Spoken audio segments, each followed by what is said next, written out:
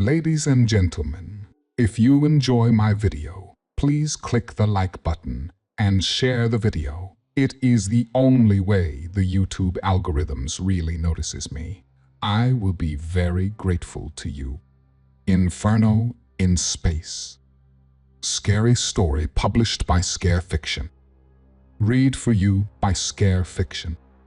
Chapter 1. Arrival and Unease. The Odyssey glided silently through the abyss, its sleek hull illuminated only by the distant stars and the dim glow of its control panels.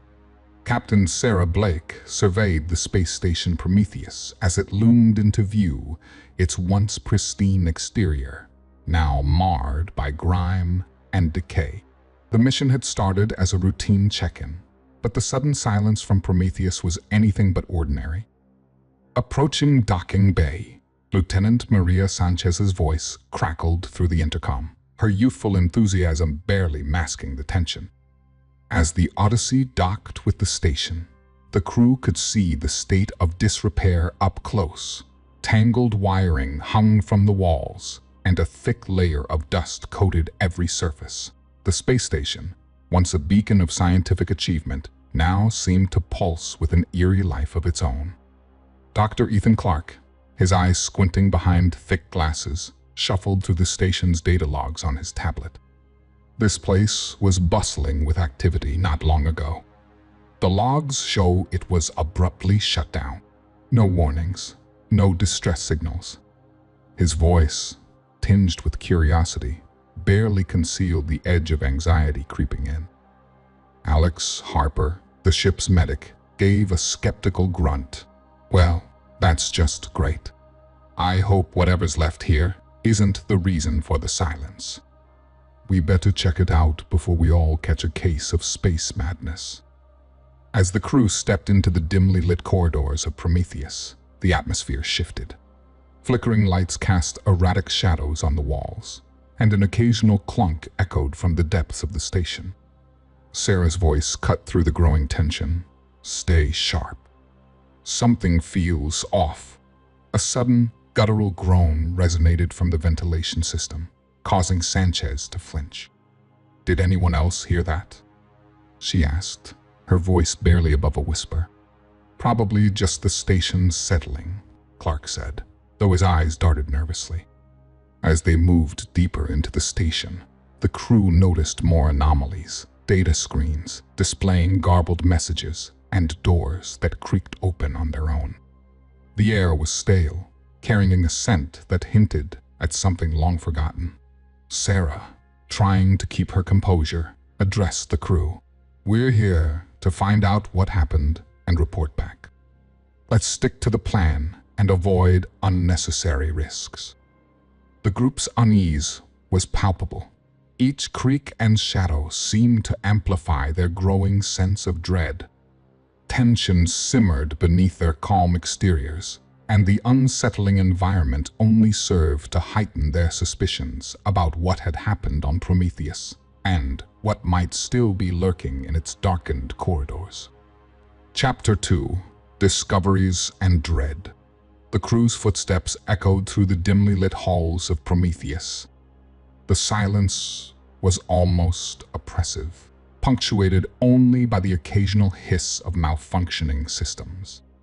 Sarah Blake led the way, her flashlight cutting through the darkness, revealing a chilling tableau of abandoned technology and forgotten research.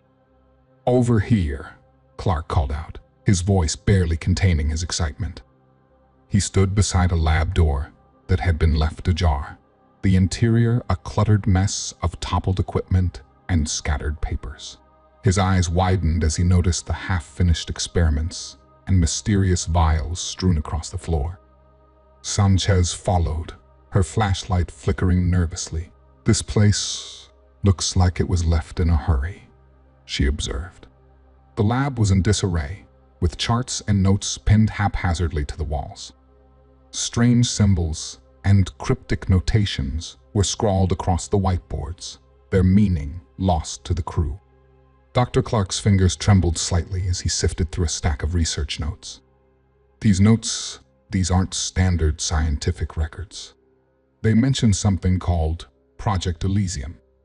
It looks like they were experimenting with some kind of unknown energy source. His voice carried a mix of intrigue and unease. Alex Harper frowned as he inspected a shattered containment chamber. Experimenting with unknown energy sounds like a recipe for disaster. As the crew delved deeper into the abandoned facility, the atmosphere grew more oppressive. Clark's obsession with the research seemed to grow with each new discovery. He found an old journal, its pages filled with disturbing images, twisted forms, and incomprehensible symbols. This journal, it's like a diary of madness. Whatever they were doing here, it drove them to the edge. The crew's unease was palpable. Strange phenomena began to occur. The temperature fluctuated wildly, and the lights flickered unpredictably. Harper was the first to experience something unsettling, an auditory hallucination of distant screams and whispers, making him jump at shadows.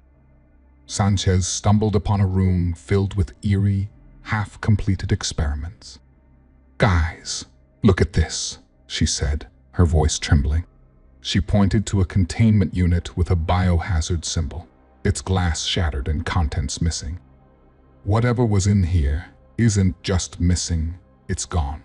The growing tension was evident in the crew's interactions. Clark's fixation on the research intensified, his behavior becoming increasingly erratic.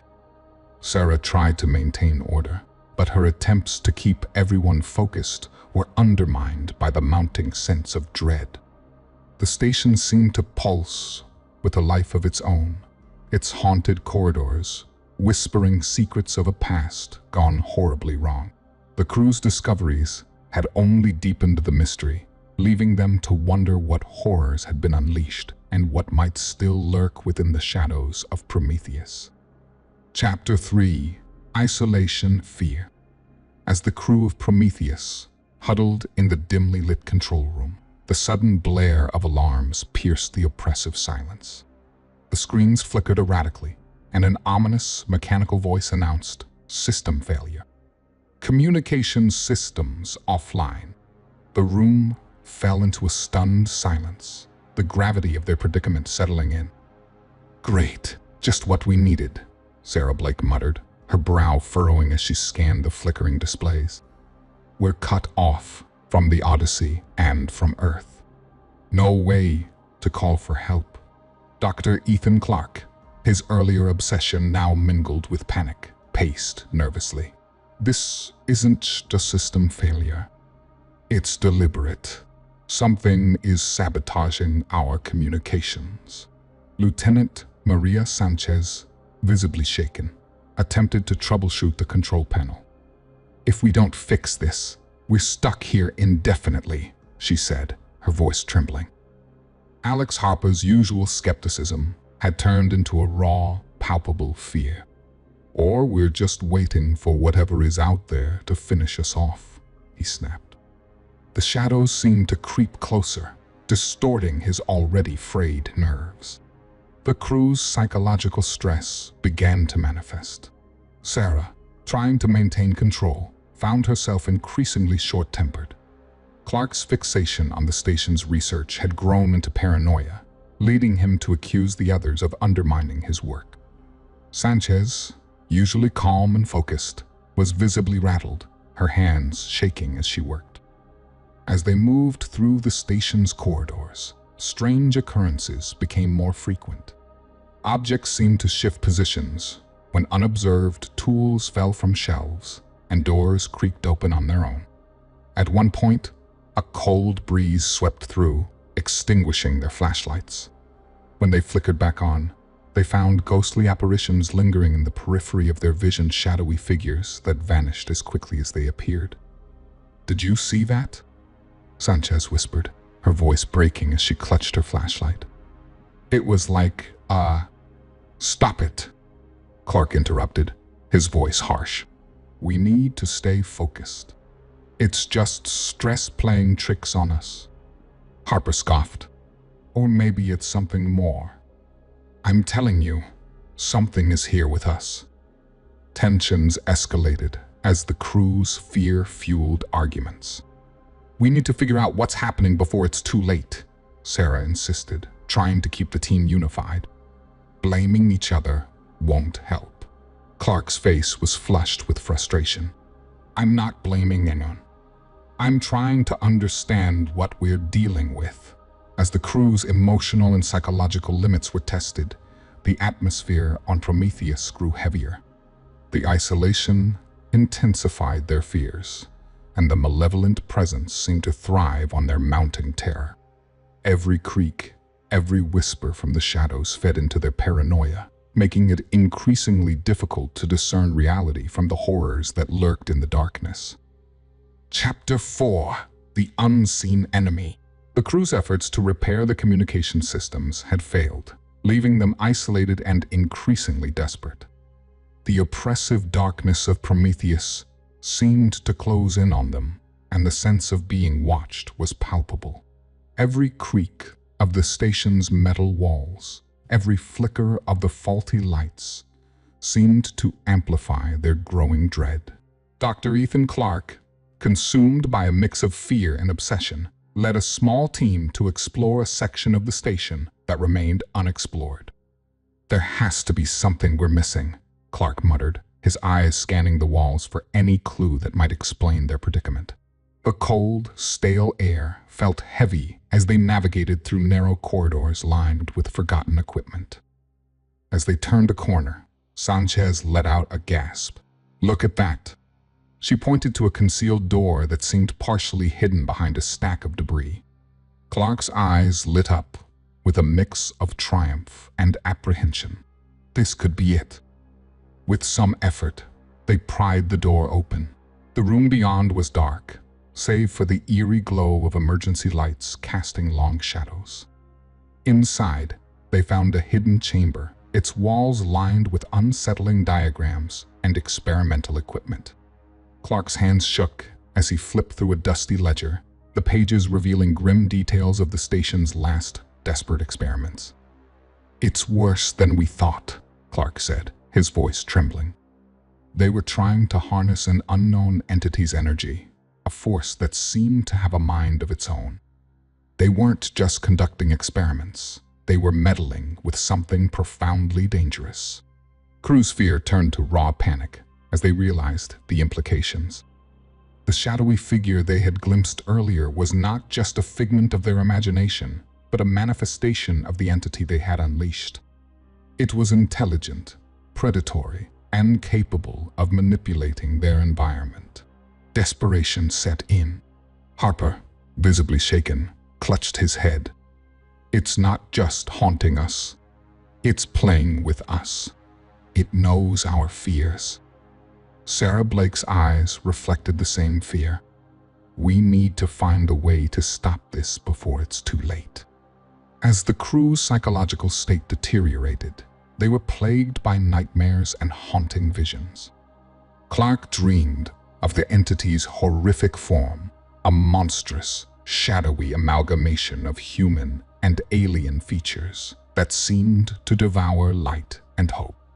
Sanchez saw her worst fears come alive, her friends transforming into twisted, monstrous versions of themselves. Harper's nightmares were filled with blood-curdling screams and darkness closing in around him. The line between reality and the supernatural blurred as the crew grappled with their own terror and the entity's relentless psychological torment. The oppressive presence seemed to thrive on their fear, using it to fuel its malevolent designs and further destabilize the crew's already fragile sanity. Chapter 5: Descent into Madness. The air in Prometheus was thick with dread. Crew's nightmares had begun seeping into reality, their once clear perceptions now clouded by fear and paranoia. The entity's malevolent influence grew stronger each day, warping their minds and twisting their sense of reality. Dr. Ethan Clark's behavior had become increasingly erratic. His eyes darted around as if expecting the shadows to come alive and devour him. "We're running out of time," he muttered obsessively, scribbling frantically in his journal. His earlier fascination with the research had evolved into an unhealthy fixation, consuming his every waking moment. "We need to finish what was started, complete the experiment." Sarah Blake struggled to maintain order amidst chaos. "Clark, we need to focus on survival, not more experiments," she snapped, trying to keep him on track. But her own resolve was weakening. The isolation had taken its toll, and her leadership was increasingly questioned. The crew was fractured, some clinging to Clark's dangerous plan, while others, like Alex Harper, were driven to the brink of desperation. Harper, his skepticism long gone, had become a shell of his former self. He wandered the station's darkened corridors, haunted by ghostly apparitions and whispering voices. "We need to get out of here," he pleaded with the others. "This place is a death trap." Tensions reached a breaking point when a sudden, violent disturbance rocked the station. The lights flickered violently, and a series of violent rumbles shook the walls. Objects flew off shelves, and the walls seemed to bleed a dark, viscous substance. The station's environment had become a nightmarish landscape, reflecting the crew's inner turmoil. In the midst of the chaos, Sanchez, who had been trying to keep a low profile, broke down. She confronted Clark, her voice cracking with a mix of fear and anger. "You've led us into this hell, Ethan. We're trapped, and you're dragging us further into madness." Clark's response was a mixture of rage and despair. "I'm trying to save us. You don't understand what's at stake." The confrontation escalated into violence, with Sanchez and Clark coming to blows. Sarah attempted to intervene, but the conflict only further divided the crew. Some sided with Clark, believing that completing the experiment was their only chance, while others, including Harper, were ready to take drastic measures to escape the station's clutches. As the entity's influence reached its peak, the crew experienced physical harm, burns from errant sparks, and cuts from flying debris. The environment itself seemed to conspire against them, shifting and warping in impossible ways. The station's walls closed in, and every corner became a potential threat. The crew's descent into madness was marked by betrayals and desperate actions. Clark, in a final frantic bid to complete the experiment, sabotaged the remaining escape pods. His actions left the survivors with no choice but to confront the entity directly or be consumed by the station's relentless horrors. In the midst of their unraveling sanity, the crew's struggle for survival became a brutal fight against both their own fears and the unrelenting malevolence that had ensnared them. The line between reality and nightmare had all but vanished, leaving them to confront the darkness, both within and around them. Chapter 6. The Final Confrontation. The station's oppressive gloom seemed to thicken around Sarah Blake, Alex Harper, and Lieutenant Maria Sanchez as they stood in the heart of Prometheus, now a twisted labyrinth of metal and shadow. Clark's sabotage of the escape pods had left them with no choice but to confront the entity that had turned their mission into a nightmare. The flickering emergency lights cast eerie shadows on the walls, intensifying their sense of impending doom. "We have to find it," Sarah said, her voice steady despite her pounding heart. "We need to face this thing head-on. It's the only way to end this." The crew moved cautiously through the station, their path guided by the dim glow of their flashlights and the oppressive weight of their fear. Clark's earlier research had hinted at the entity's origins, a malevolent force born from experimental energy manipulation gone horribly wrong. Now, it seemed to feed off their terror, growing stronger with every passing moment. They arrived at the core of the station, where the experimental reactor stood. The chamber was a grotesque fusion of technology and darkness, its central structure pulsating with a sickly, otherworldly light. It was here that they first glimpsed the entity, a writhing mass of shadow and energy, its form ever shifting and unfathomable. "This is it," Sanchez whispered, her face pale with fear. "We have to destroy it." Sarah nodded, taking a deep breath. "We need to disable the reactor." Clark's notes mentioned a failsafe that could weaken it. As they worked to dismantle the reactor's controls, the entity's influence grew more violent. The chamber roared with a cacophony of distorted voices and blinding flashes of light. Harper was the first to be hit, thrown violently against the wall by an unseen force. His cries of pain mixed with the entity's howling rage. Sarah and Sanchez struggled against the chaos, their hands shaking as they fought to complete the necessary repairs. The reactor's feedback loop was erratic, and every attempt to stabilize it seemed to make the entity more aggressive. In a climactic twist, Clark, now a shadow of his former self, appeared in the doorway. "Stop!" he screamed, his eyes wild. "You don't understand. It's connected to the reactor. If you destroy it, you'll destroy us all." Sarah's face hardened with determination. "We don't have a choice. It's now or never." With a final, desperate effort, Sanchez activated the failsafe mechanism. The reactor began to overload, its energy destabilizing. The entity writhed in agony, its form shifting violently as it was pulled into the reactor's core. The chamber shook with a thunderous explosion, and the station was engulfed in a blinding flash of light. As the light faded, Sarah, Sanchez, and Harper lay amidst the wreckage, their bodies bruised but alive. The entity was gone, its malevolent presence extinguished by the reactor's final explosive discharge. They had survived the final confrontation, but the cost was steep. Clark's last, desperate actions, and the station's catastrophic end marked the end of their ordeal. The crew, battered and broken, stood amid the debris of Prometheus, their victory tinged with the heavy price of survival. The ordeal had tested their limits and left them scarred, but they had emerged with their lives and a grim understanding of the darkness they had faced. Chapter 7: Aftermath and Reflection. The wreckage of Prometheus floated in the void, a haunting silhouette against the backdrop of distant stars. The surviving crew members, Sarah Blake, Maria Sanchez, and Alex Harper, had barely managed to escape the station's cataclysmic end, clinging to the remains of a damaged escape pod. The harsh reality of their ordeal settled heavily on them as they drifted through the cold expanse of space.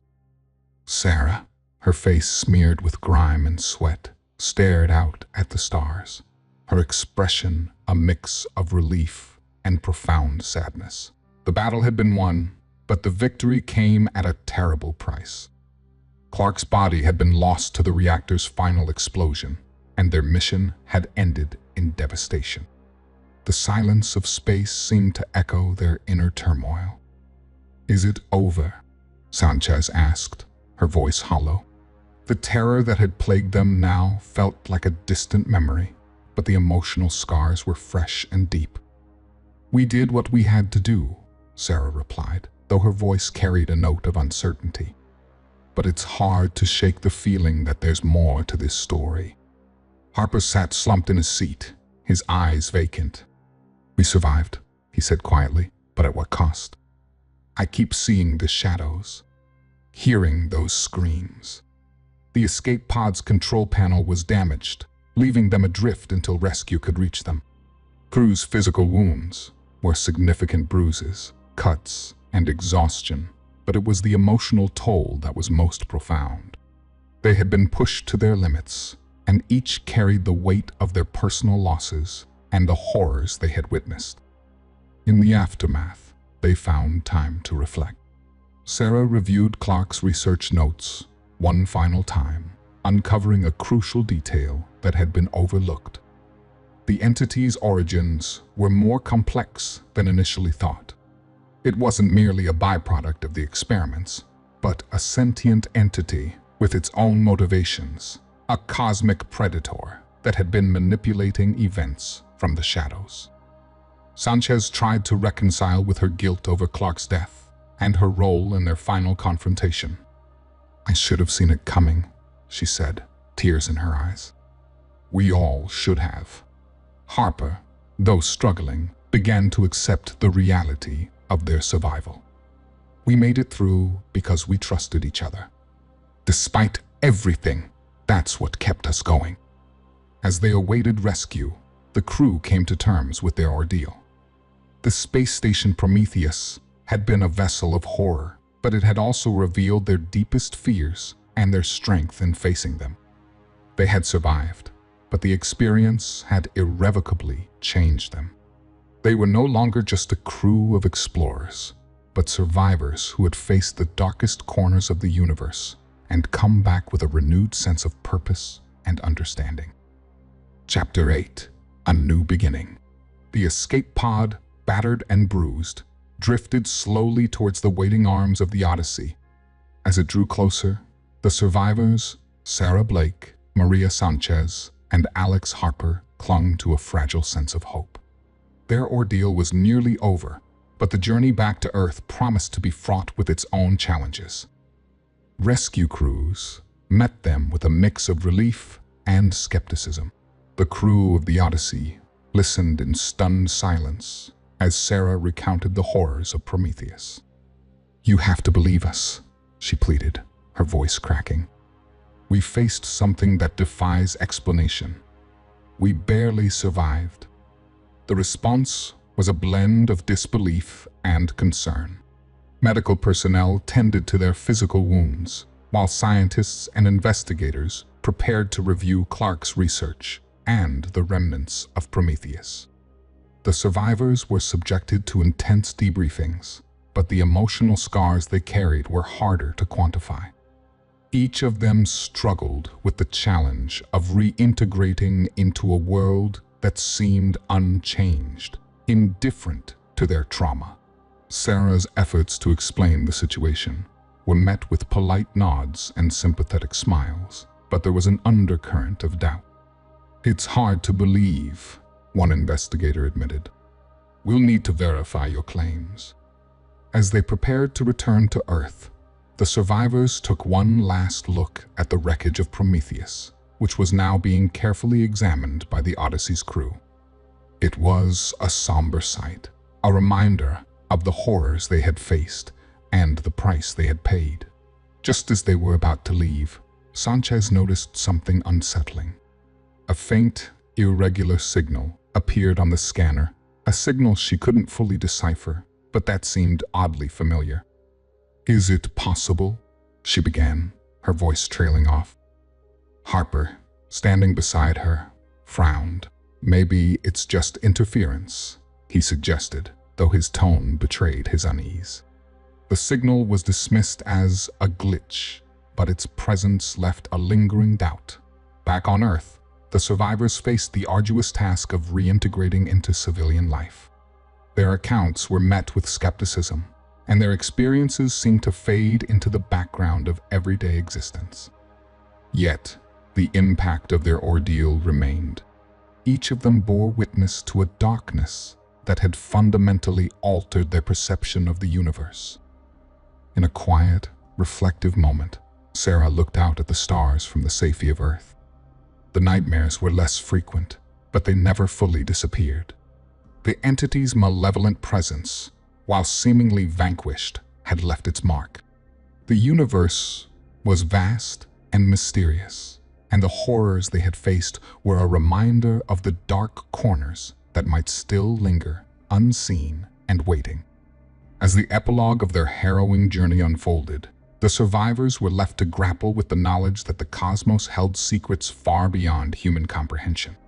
Their ordeal had ended, but the echoes of their encounter with the unknown would resonate with them and perhaps with humanity forever.